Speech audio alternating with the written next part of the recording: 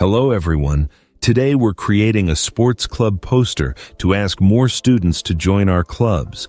On the board, you can see 4 sports to choose from: football, volleyball, table tennis, and basketball.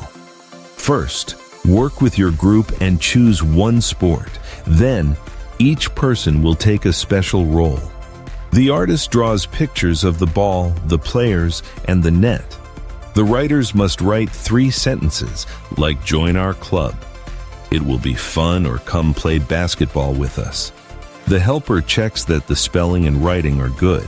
Next, the talker talks about the club to the class. Make sure you speak clearly and nicely.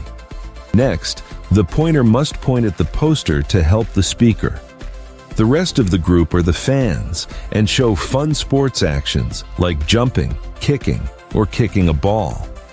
To do a great job today, remember 3 simple things: work together kindly, use lots of colors, and speak in a big, loud voice.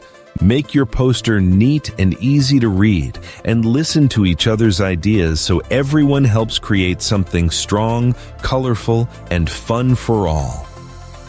Ready? Choose your sport and let's go.